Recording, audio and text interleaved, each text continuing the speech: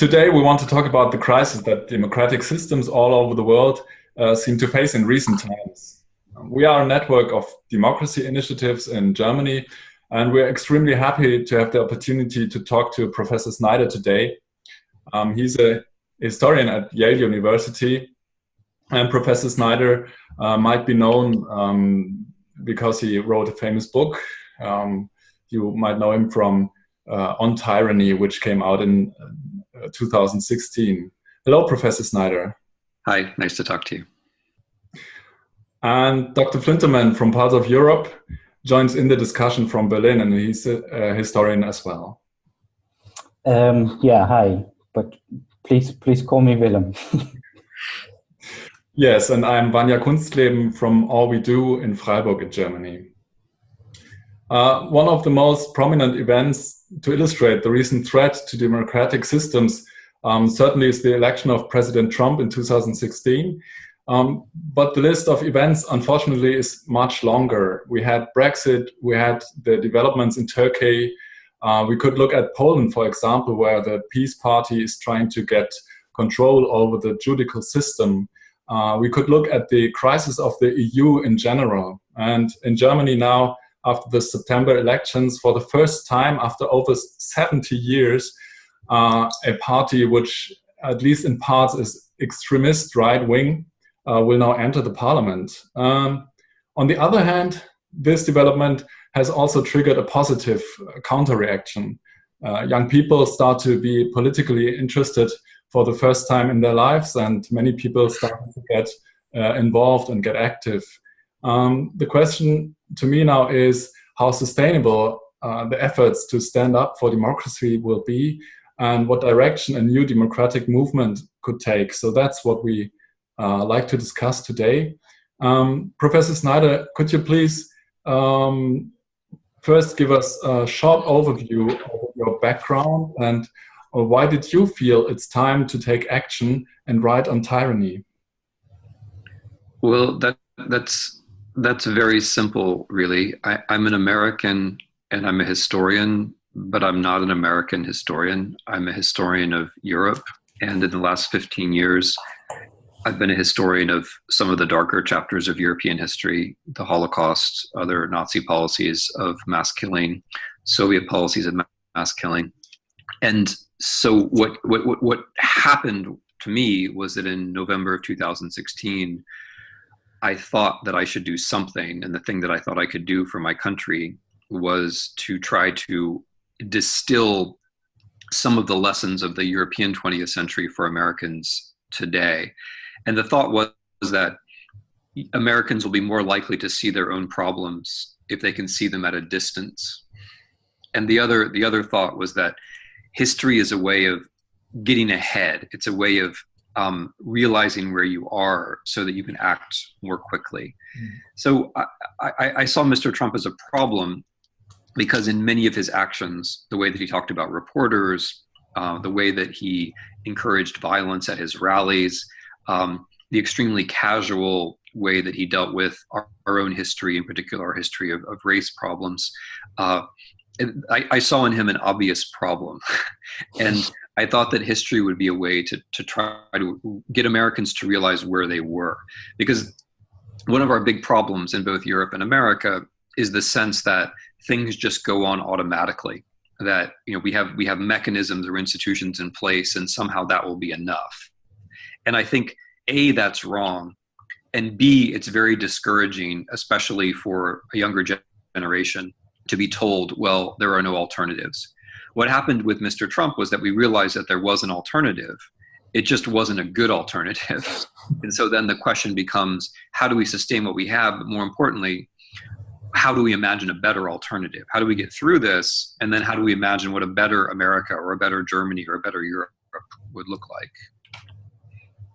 Yeah, so now it's almost a year after the presidential election of 2016. How do you perceive the situation now? Well, we have someone in office who is indifferent to most of the fundamental aspects of American politics, and he is constantly pushing against the walls, pushing against the rules and trying to reach over his responsibilities as president to certain parts of the population. He spends much of his time, for example, speaking about race in an inflammatory way, trying to activate parts of the population. He's testing the boundaries of the law. He hasn't yet directly flouted a court order, but he has used his power presidential pardon to excuse one of the most lawless individuals in the United States, a particular sheriff who was arresting and deporting people illegally. So we have what we have. The American constitutional system is not working the way it's supposed to. The checks and balances are not conventional ones. We're counting on an FBI investigation. We're counting on generals to prevent Mr. Trump from being too crazy. These are checks, but they're not the normal checks of a legislature. The legislature has not really been much of a check on Mr. Trump. In terms of the American reaction, there are an awful lot of people who are starting new endeavors, and that's very encouraging. But there are also an awful lot of people who have already normalized the situation and regard it as nothing exceptional. So it's a very interesting moment in American society. It's a chance for people to realize that our institutions are vulnerable, that they depend upon us, and some people are taking that chance, but others are not. So we are kind of hovering.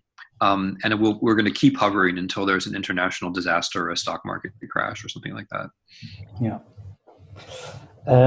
If you would, your book is clearly addressed at an American audience, but I think its message wouldn't go amiss to many audiences in Europe as well.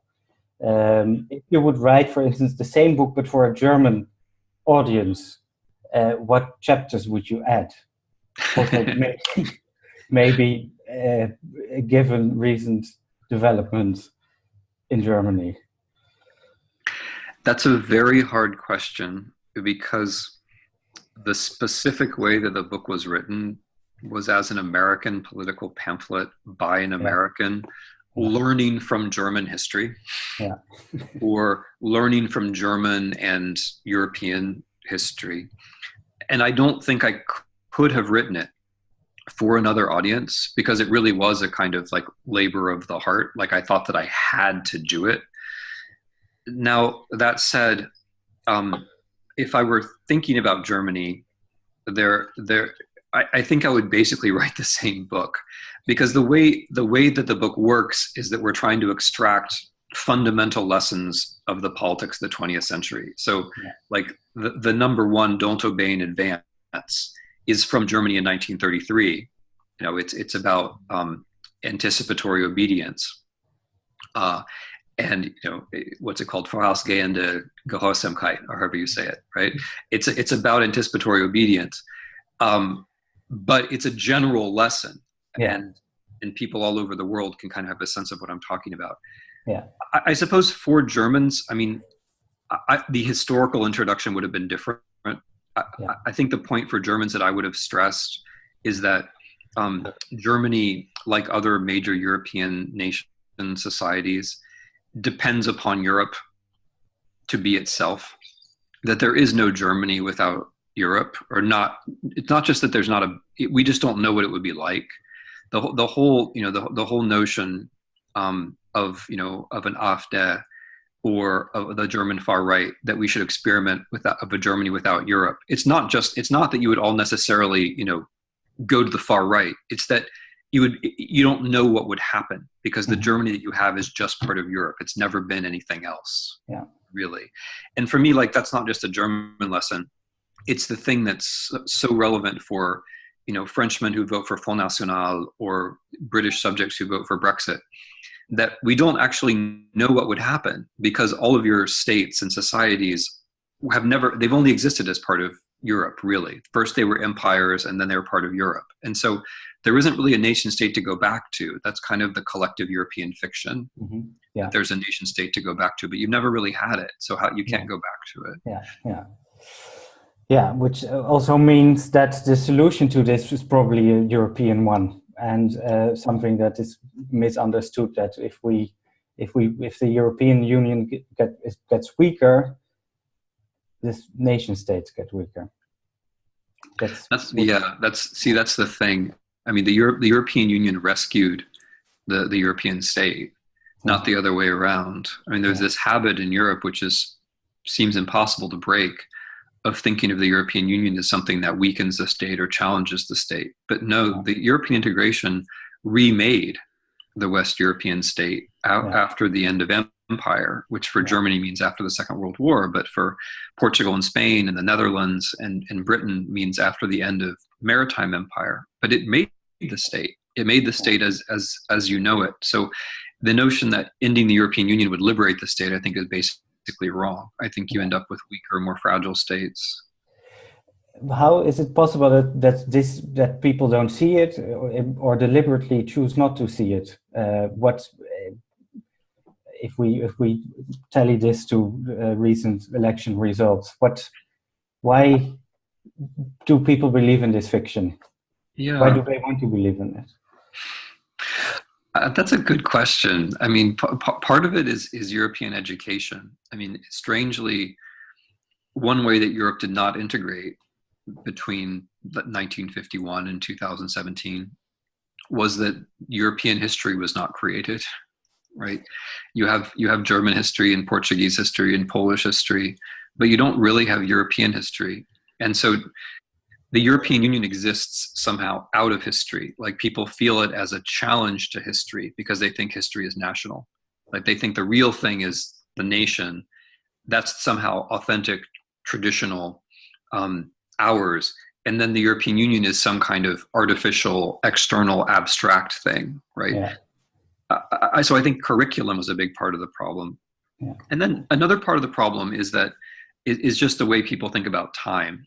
I mean, this is one of my obsessions, that we Americans and you Europeans have a story of progress, and the story of progress has to do with, in our case, with the American dream. In your case, ever closer union. Things are going to keep getting. The whole ideology of Europe was, we don't have to think about culture because economics will take care of culture. We don't have to think about politics so much because economics will take care of politics. But at the end of the day, that's not really true.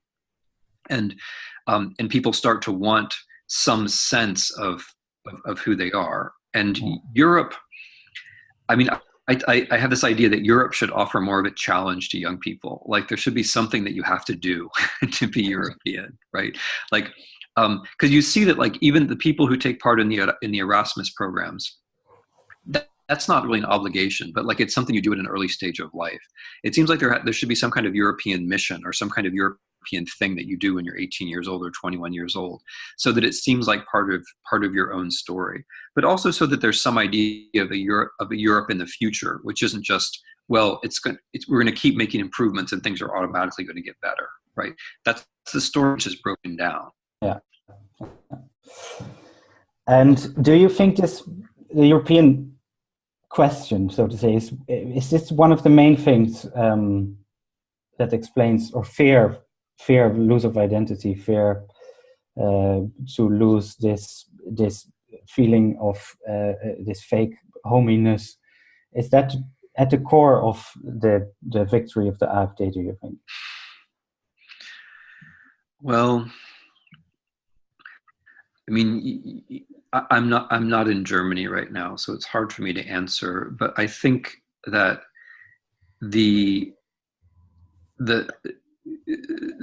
I think that the idea that Islam is the major problem for Germany is a way not to think about other problems. I think reducing it to us and them is a simplification that allows people to feel comfortable that they're being German without actually producing any concrete ideas about what Germany is or what Germany should be in the future.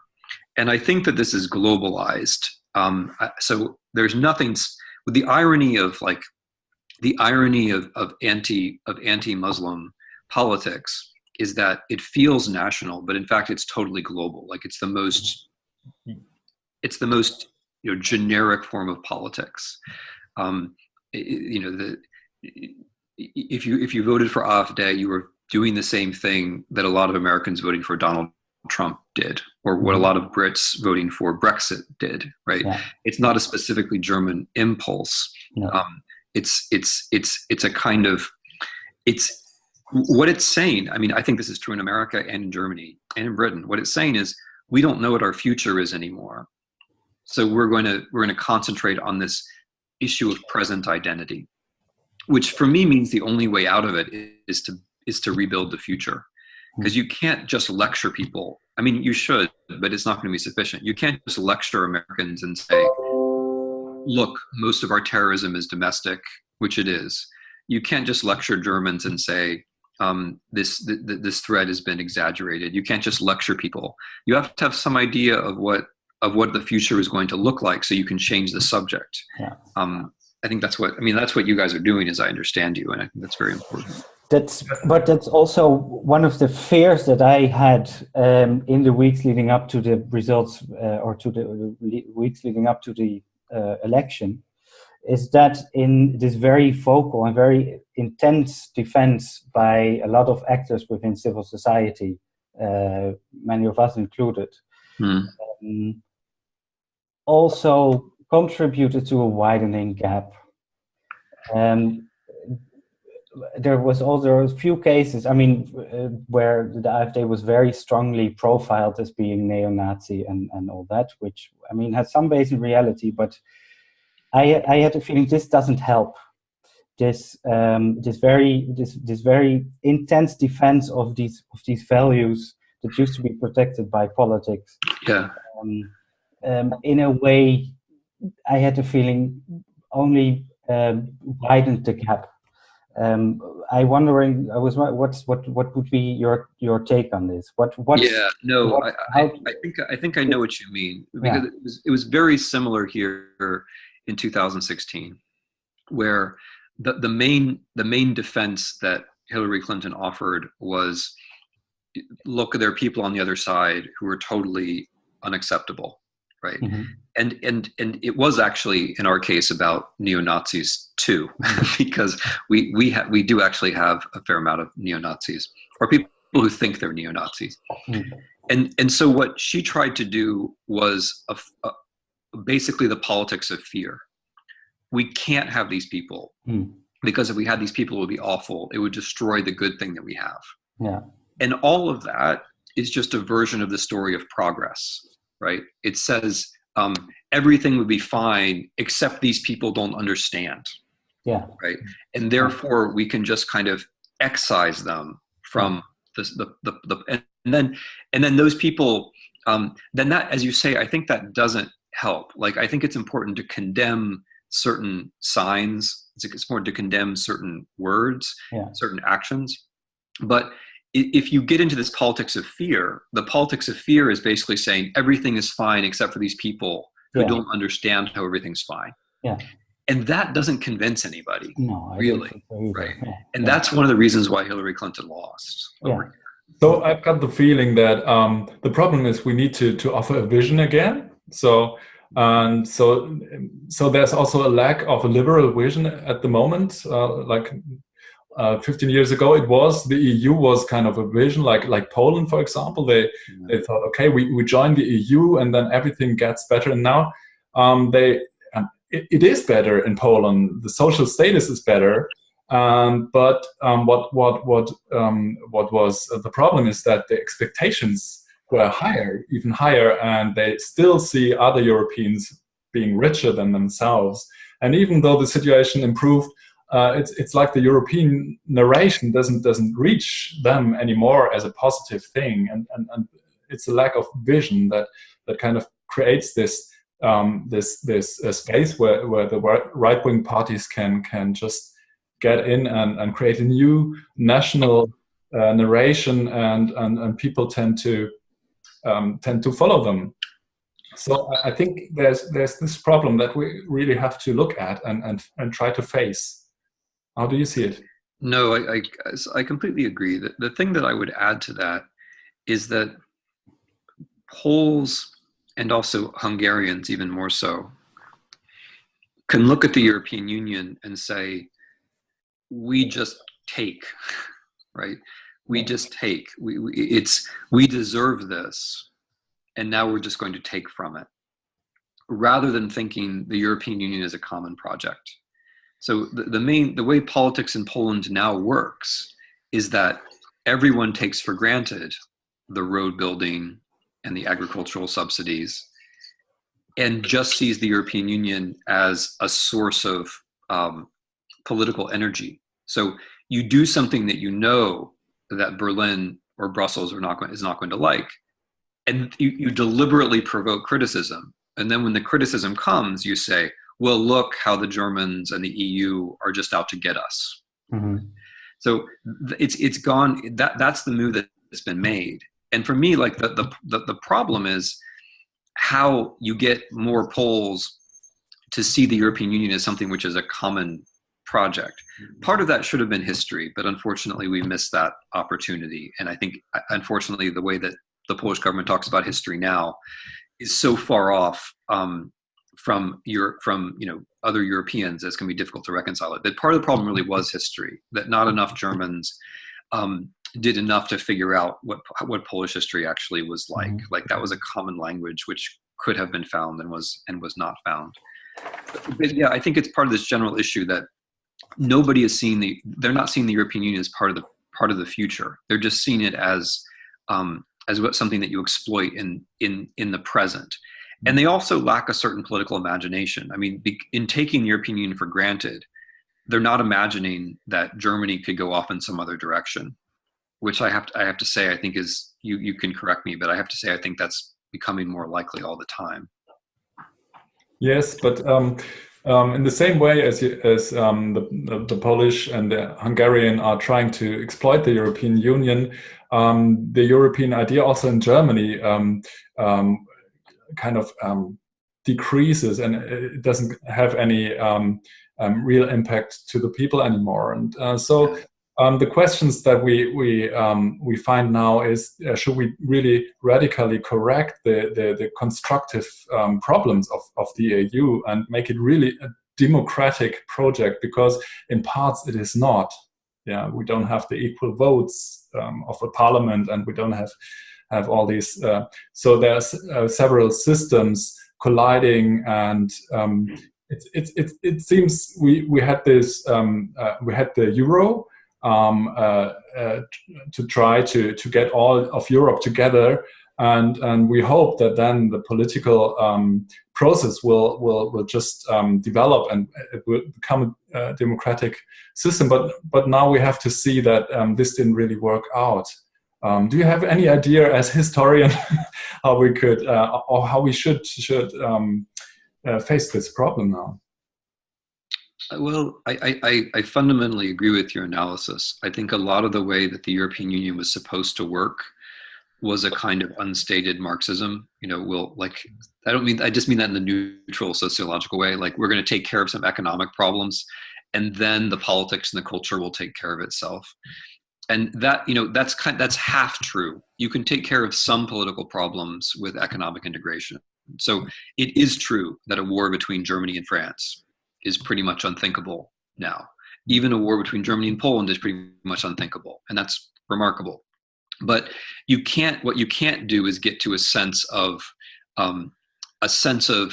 solidarity this way, right? I think, and that's maybe the key word. Democracy, if the European Union is going to be democratic, that has to start on a small scale, and it has to start from below. And it has to start from young people. So European citizens being able to vote in other European cities is very important. European citizens being able to run for office at a local level is, I think, very important. But I think if the European Union is going to survive, and I very much hope that it does, I think the way you're thinking about democracy has to prevail. That is, democracy has to be something which is actually about physical people in certain places doing certain things. Because it would be nice if the European Parliament were more important. It would be nice if more Europeans voted in European Parliament elections. I would be in favor of that. I think that would help. But that's, I think, a small part of the problem. I think a big part of the problem is that people experience Europe as being distant. and rather than thinking of Europe as part of their lives. So it's very simple, but I think some kind of project where like an Erasmus at the level of high schools, or, you know, civil society actions that are necessarily cross-border, right? Where people from two countries go to a third country and get to know each other when they're younger. Those kinds of things I think would be very important. And people have to care about it. I mean, people have to think like, this is something I'm doing for Europe, and it's not just, it's my Europe, right? Like, this is my experience. I'm now 17 years old, but when I'm 47, I'm going to remember this thing that I did. Yeah. I'm going to remember, you know, I'm going to remember that I went to the Baltic states with other people from Italy, or I'm going to remember that I went to Greece with other people from Scotland, and we did this or we did that. And I don't know exactly what form that would take, but I think that's the key. Because I think if you do go one more generation of just drifting like this, there's going to be a big problem. Yeah. Which was, so you envision a kind of nation building, but on a higher level, because what I know from French history, people moving around the country in the 18th century, 19th century also was incredibly important to establish this sense of Frenchness. So this would be, of course, in a modified way, also the way forward for Europe. I think it's the thing that we overlook a lot in both America and Europe is the physicality of politics, or the physicality of democracy. Yeah. And one of the things that the Greeks, I think, had right is that democracy is public in the sense that it's physically public, that involves going out to public squares. It involves taking your body to certain places. Yeah. And one of the things which has gone wrong in the last 15 years is that too much of what we think is progressive has involved too many people doing what we're doing, sitting and talking to computers, rather than, you know, getting out physically.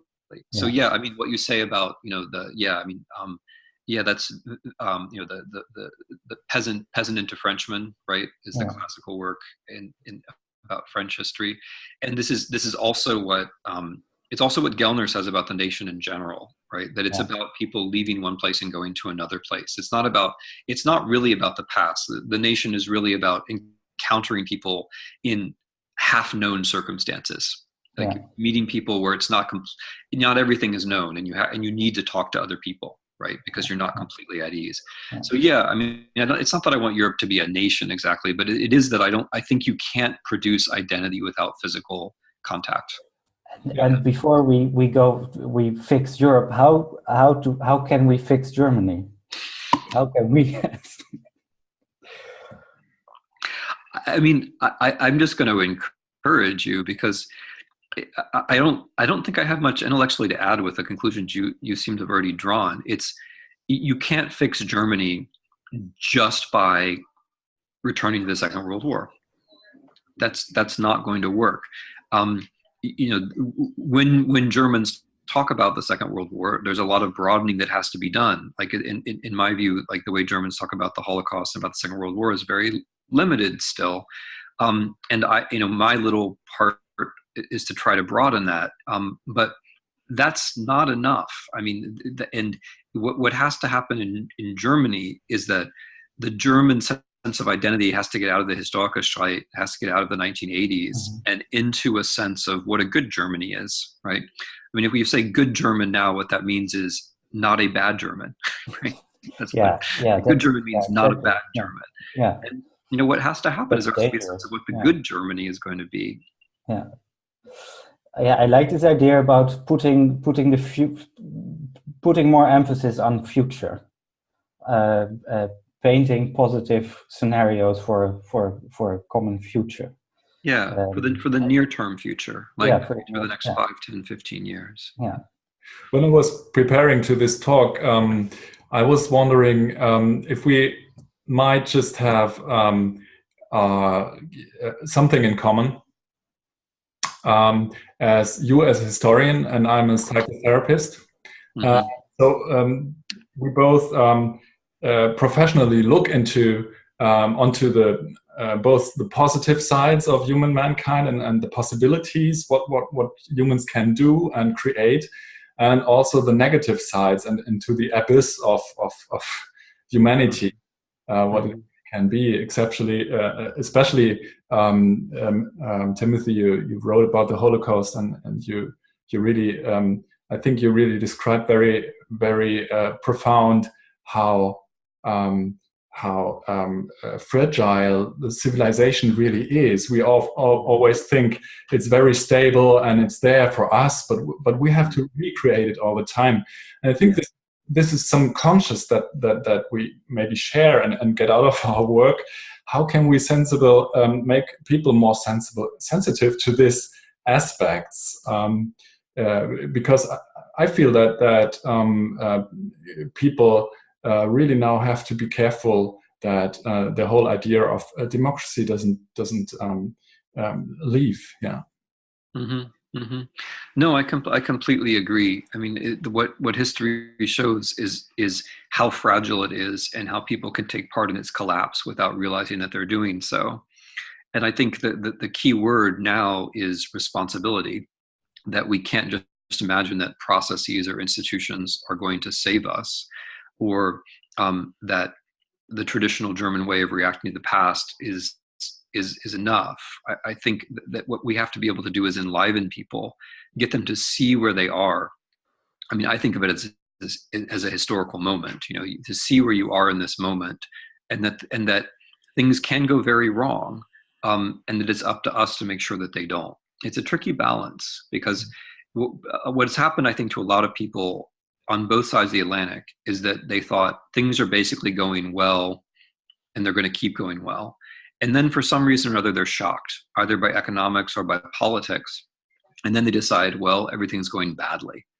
And in both of those views, you don't really have any responsibility. And I think the crucial thing that activists have to do is to instruct that, no, the moment is fluid, the moment is open. It's not either going to go well or badly. It really does depend very much on what we actually do, and that we don't have an escape from that.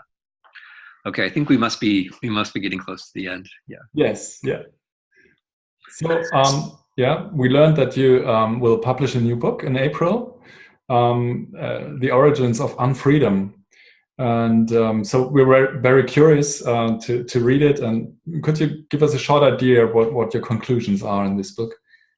Well, it's a history of the 2010s.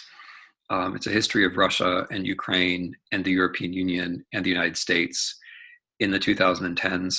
It's an account of the new forms of politics that we are all discussing and experiencing, and it tries to explain what we've been talking about, namely how a world of progress can become a world of doom. And how between progress and doom, there has to be a form of responsibility. There has to be a politics of responsibility. Mm-hmm. So it has all kinds of detail about what happened in Russia, which I see not as something alien and distant, but as a kind of guide to what's happening in other places. There's a lot in it about the war in Ukraine. There's a lot in it about the populism and nationalism in the European Union. And it ends with Brexit and with Trump. But what I'm trying to do is to show it all as one historical process from which we can learn. Okay, Tim, thank you very much for joining us. We're really happy that you gave us the opportunity, and how these connections are to us.